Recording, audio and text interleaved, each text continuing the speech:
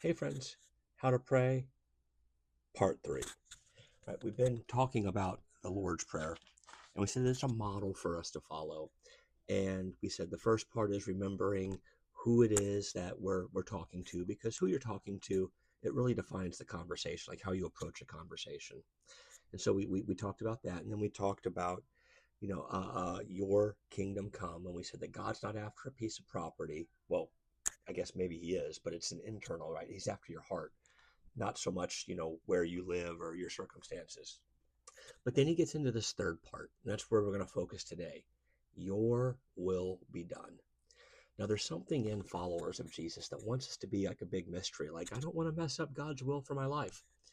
You're not going to, right? If evil can't mess up God's plans ultimately, you're not going to mess it up by doing good.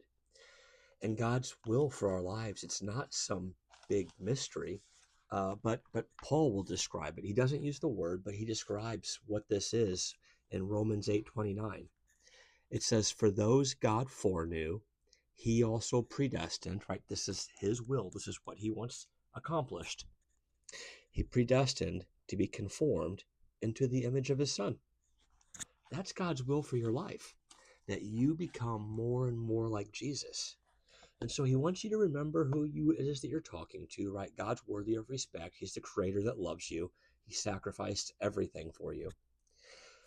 He wants you to acknowledge that he's not necessarily trying to fix your circumstances, although sometimes he does that too. But then it's your will be done, that when we face those crossroads to where it's, am I going to do this thing that looks good to me, right? And how the Bible describes, right, that people were doing what seemed right in their own eyes, or am I going to do what Jesus says? Am I going to make the hard choice? Am I going to, try to become more like Jesus in my everyday life?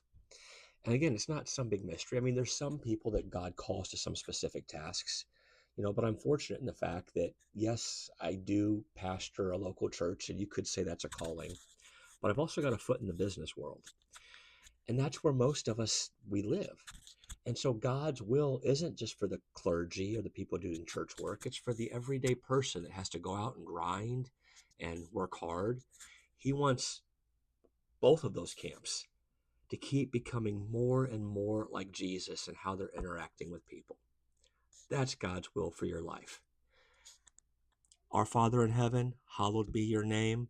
Your kingdom come. Your will be done. Become more like Jesus. Have a beautiful day.